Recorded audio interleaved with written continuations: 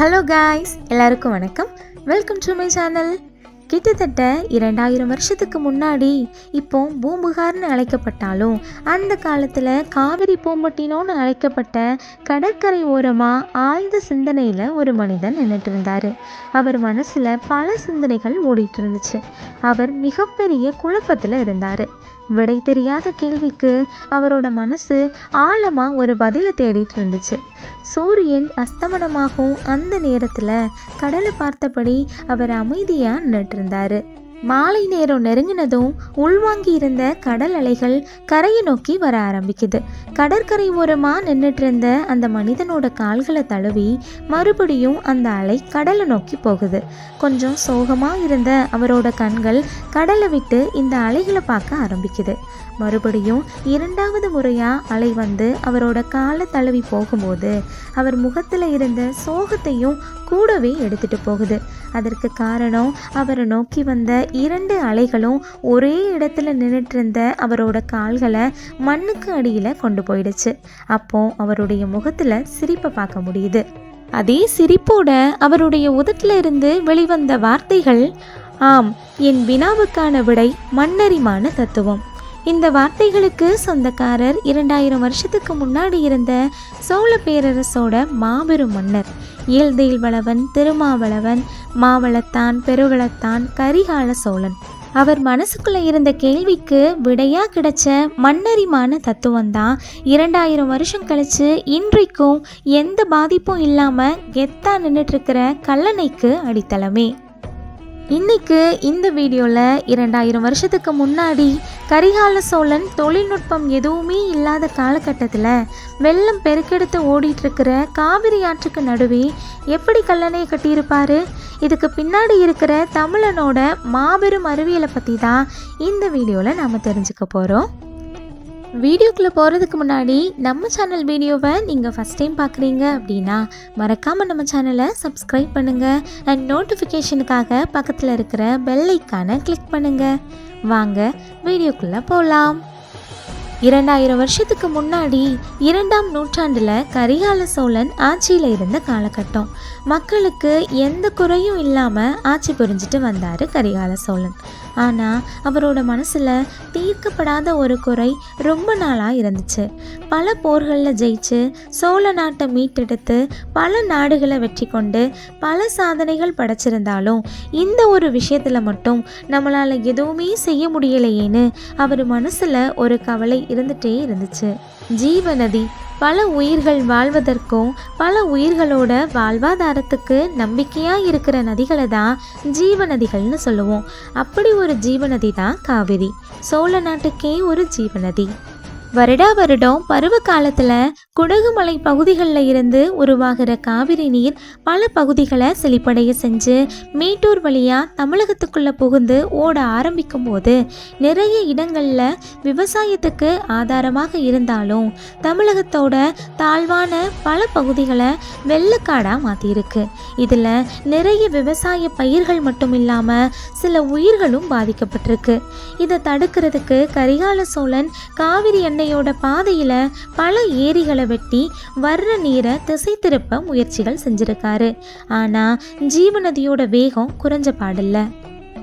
இந்த முறையும் விவசாய நிலங்களில் புகுந்த காவிரி நீர் பல பயிர் நிலங்களை சேதப்படுத்தி இருந்துச்சு. வேற வழியே இல்லை. ஜீவநதியோட வேகத்தை குறைக்கணும்னா இடையே ஒரு தடுப்பணை கட்டியே ஆகணும். ஆனால் இதை படைச்ச அந்த இறைவனால் கூட முடியாத ஒரு காரியமாக சோழ மக்களால் பார்க்கப்பட்டுச்சு. காரணம் காவிரி எண்ணெயோட வேகம். அது மட்டும் இல்லாமல் வருடம் முழுக்க இந்த ஜீவநதி வற்றாமல் ஓடிக்கிட்டே இருக்கும். ஓடுற நதியை நிறுத்தி அணை கட்டுறது அப்படிங்கிறது அந்த காலத்தில் அசாத்தியமான ஒரு விஷயம்.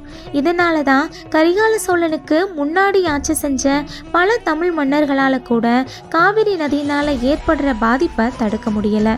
இந்த முறையும் பாதிப்பு ஏற்பட்டதுனால மக்களோட துயரத்தை ஏற்றுக்க முடியாத கரிகால சோழன் பல குழப்பங்களோட சோகமாக காவிரி பூம்பட்டினம் கடற்கரை ஓரமாக போய் நிற்கிறாரு. அவர் மனசுக்குள்ள எப்படி காவிரி எண்ணெயோட வேகத்தை குறைக்கிறது, தடுப்பணையை எப்படி கட்டுறதுன்னு பல கேள்விகள் ஓடிட்டு இருந்துச்சு. ஒரே இடத்துல நின்று கடற்கரையில் கடலை பார்த்துட்டு இருந்த கரிகால சோழன் குனிஞ்சு தன்னோட காலை பார்க்குறாரு. அவரை கடந்து போன ஒரு கடல் அலை பாதத்துக்கு கீழே இருந்த மண்ணை அரிச்சு அவரோட கால்களை கொஞ்சம் மண்ணுக்கு அடியில் எடுத்துகிட்டு போயிடுச்சு.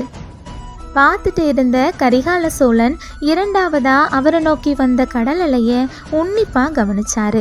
இப்போ வந்த கடல் அலையும் அவரோட எடையை பொருட்படுத்தாமல் அவர் பாதத்துக்கு கீழே இருந்த மண்ணை மட்டும் அரிச்சு எடுத்து அவரோட காலை இன்னும் ஆழமாக மண்ணுக்குள்ளே போகும்படி செய்யுது. அவருக்கு புரிஞ்சிடுச்சு, இயற்கையே அவருடைய கேள்விக்கு பதில் கொடுத்துருக்குன்னு கரிகால சோழன் புரிஞ்சுக்கிறாரு. கடலுக்கு நன்றி சொன்ன கரிகால சோழன் சட்டுன்னு திரும்பி அரண்மனையை நோக்கி போறாரு. கட்டளைப்படி அங்கே ஆலோசனை கூடத்துக்கு முக்கிய மந்திரிகளும் மூத்த கட்டிட பொறியியலாளர்களும் வந்து சேர எல்லார் முன்னாடியும் கரிகால சோழன் எனது ஆட்சியில் எனது உயிர் போகும் முன் மக்கள் துயர் தீர காவிரியின் குறுக்கே தடுப்பணை கட்டப்பட வேண்டும்னு ஒரு விஷயத்த சொல்கிறாரு. இதை கேட்டு அதிர்ச்சியடைந்த மந்திரிகளும் மற்ற பொறியியலாளர்களும், அரசே, என்றும் வற்றாமல் ஓடிக்கொண்டிருக்கும் நதிக்கிடையே எப்படி தடுப்பணை கட்டுவதுன்னு ஒரு கேள்வியை கரிகால சோழன் கிட்ட கேட்குறாங்க. அதுக்கு எல்லாருக்கும் முன்னாடி கரிகால சோழன் சொன்ன பதில் தான் மன்னரிமான தத்துவம். இந்த பதிலை சொல்லிக்கிட்டே கடற்கரையில் நடந்த விஷயத்தையும் எல்லாருக்கும் சொல்கிறாரு.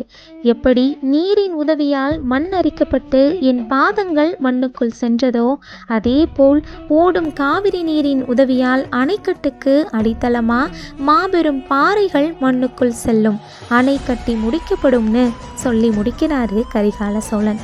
ஆனால் கரிகால சோழன் மட்டும் இல்லாமல் மற்ற எல்லாருக்கும் தெரிஞ்ச ஒரே விஷயம், காவிரி நீரை கம்ப்ளீட்டாக ஒரு அணை கட்டி நிறுத்திட முடியாது. அப்படி தேக்க முயற்சி செஞ்சாலும் உவரி நீர் சேர சேர அந்த நீர் கரையை தாண்டி ஊருக்குள்ளேயும் வயல் நிலங்களுக்குள்ளேயும் போக வாய்ப்புகள் இருக்குது. அதனால் கரிகால சோழன் அவருடைய எண்ணம் என்னவா இருந்துச்சுன்னா, வினாடிக்கு 2 லட்சம் கன அடி அளவுக்கு போயிட்டு இருக்கிற காவிரி நதியோட வேகத்தை குறைக்கணும். அதே நேரம் வேகத்தை கட்டுப்படுத்துகிற பணியில் உவரி நீர் அதிகரிச்சதுன்னா மக்கள் பாதிக்கப்படாதபடி நதி நீரை திசை திருப்பி விடணும். இங்கே பேசிக்காக கரிகால சோழன் என்ன பண்ணியிருக்காருன்னா, இவர் டேம் கட்டி நீரை சேமிக்க முற்படலை. அதுக்கு பதிலாக வர்ற நீரோட வேகத்தை குறைச்சி அடுத்த பக்கம் அனுப்பியும் அதே நேரம் உவரி நீர் அதிகமாக சேர்ந்தா அதோட டைரக்ஷனை திருப்பி விடுற மாதிரி ஒரு ரெகுலேட்டரி சிஸ்டமை டெவலப் பண்ணுறாரு. இதுக்காக கரிகால சோழன் தேர்ந்தெடுத்த இடம் திருச்சிக்கு பக்கத்தில் இருக்கிற கொள்ளிடம். திட்டப்படி கொள்ளிடத்தில் தான் கரிகால சோழன் அணையை கட்ட போகிறாரு. இவரோட திட்டப்படி காவிரி நீர் கட்டப்பட்ட அணையினால் வேகம் குறைக்கப்பட்டு அடுத்த பக்கம் செல்லும்போது 2ஆக பிரியும். ஒன்று பாசன பாதை, இன்னொன்று வடிகால் பாதை. இந்த பாசன பாதையில் இருந்து தான் விவசாயத்துக்கும் மற்ற கால்நடைகளுக்குமான நீர் பயன்படுத்தப்படும். வடிகால் பாதையில் வர்ற நீர் பொதுமக்கள் பயன்பாட்டிற்கும் மற்றவைகளுக்கும் இருக்கும்னு திட்டத்தையும் வகுத்து கொடுக்குறாரு. என்ன பண்ண போகிறோம், எப்படி பண்ண போகிறோம், எங்கே பண்ண போகிறோன்னு எல்லாமே தெளிவாக முடிவு பண்ணியாச்சு. ஆனால் கரிகால சோழன் முதற்கொண்டு அங்கே இருந்த எல்லாருக்கும் காமனாக இருந்த ஒரு கேள்வி, நீரின் வேகத்தை பொறுத்து எந்த அளவுக்கு எடையுள்ள பாறையை தேர்ந்தெடுக்கணும், அது எந்த அளவுக்கு அடிவர போய் அடித்தளத்தை அமைக்கும்.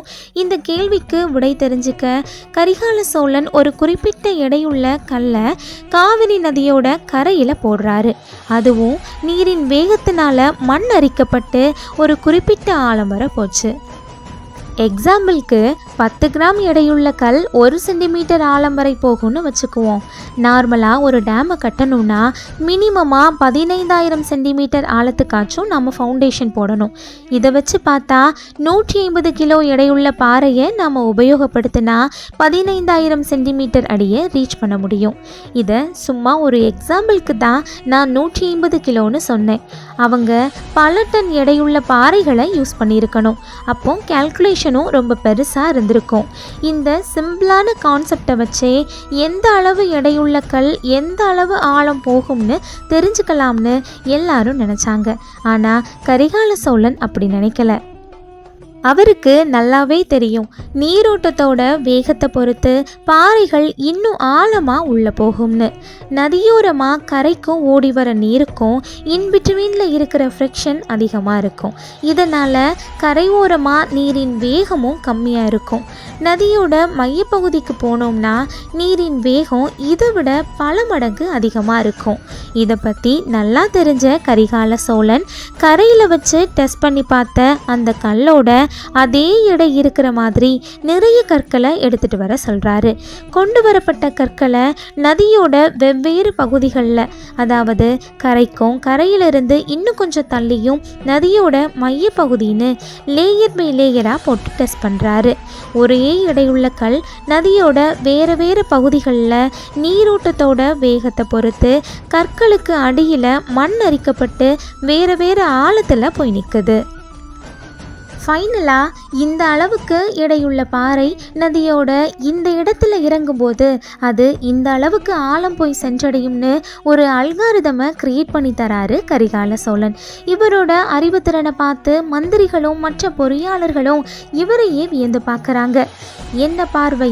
யானைகளின் உதவியுடன் பாறைகள் கொண்டு வரப்படட்டும், எனது சேனையின் உதவியுடன் பாறைகள் நீரின் ஆழத்தில் கொண்டு செல்லப்படட்டும், 2000 வருடம் தாண்டியும் மக்கள் பலனடைய மாபெரும் அரணாக ஒரு அணை இங்கு அமைக்கப்படட்டும்னு கரிகால சோழன் சொன்னதோட அங்கே இருந்தவங்க எல்லாரும் வேக வேகமாக வேலையை தொடங்குறாங்க. திட்டப்படி பல பேரோட பல மக்களோட ஒருங்கிணைந்த உழைப்பால் கல்லணை கட்டி முடிக்கப்படுது. பல சவால்களையும் பல தடைகளையும் தாண்டி வெள்ளம் பெருக்கெடுத்து ஓடிக்கிட்டு இருந்த காவிரி அன்னைக்கு குறுக்கே ஒரு தடுப்பணையை கட்டி முடிக்கிறாரு கரிகால சோழன். கடவுளாலேயே முடியாத காரியமாக பார்க்கப்பட்ட இந்த கல்லணையை கரிகால சோழன் கட்டி முடிக்கிறாரு. அந்த ஆதி சிவனையே கரிகால சோழன் ரூபத்தில் சோழ மக்கள் நன்றியோடு பார்த்தாங்க. அன்றைக்கு கரிகால சோழன் அப்படிங்கிற ஒருத்தர் செஞ்ச முயற்சியால் இன்னைக்கு பல டெல்டா பகுதிகளில் இருக்கிற நிலங்கள் பயன்பெற்று வருது. இன்னொரு முக்கியமான விஷயம், சில பேருக்கு கொள்ளிடத்தில் திருப்பி விடுற உபரி நீர் வேஸ்ட்டாக கடலில் போய் தானே கலக்குது. அதுக்கு பதிலாக வழியில் எங்கேயாச்சும் டேமை கட்டி நீரை சேமிக்கலாமேன்னு தோணலாம். ஆனால் இங்கே தான் நம்ம பழந்தமிழர்களோட அறிவாற்றலை புரிஞ்சுக்கணும். கல்லணைக்கு அப்புறம் வர்ற பகுதிகளில் எங்கே நாம் டேமை கட்டினாலும் அது காவிரி டெல்டா பகுதிகளை கண்டிப்பாக வெள்ளக்காடாக மாற்றிடும். காவிரி நீரோட வேகத்தை மட்டும்தான் பிரித்து நம்மளால் குறைக்க முடியும். அதுக்கு தகுந்த ஒரே இடம் கொள்ளிடம் மட்டும்தான். இதை அப்போவே தெரிஞ்சுக்கிட்ட அப்புறம்தான் கரிகால சோழன் கல்லணையை கட்டி முடிக்கிறாரு. கிட்டத்தட்ட 2000 ஆண்டுகள் கடந்தும் கரிகால சோழன் பெயரை சொல்லிக்கிட்டு கல்லணை இன்னும் திமிரா நின்றுட்டுருக்கு. இந்த வீடியோ உங்களுக்கு பிடிச்சிருந்ததுன்னா லைக் பண்ணுங்கள், உங்கள் ஃப்ரெண்ட்ஸ் அண்ட் ஃபேமிலிஸ்க்கும் வீடியோவை ஷேர் பண்ணுங்கள். இந்த வீடியோவை பற்றின கருத்துக்களை கமெண்ட்டில் சொல்லுங்கள்.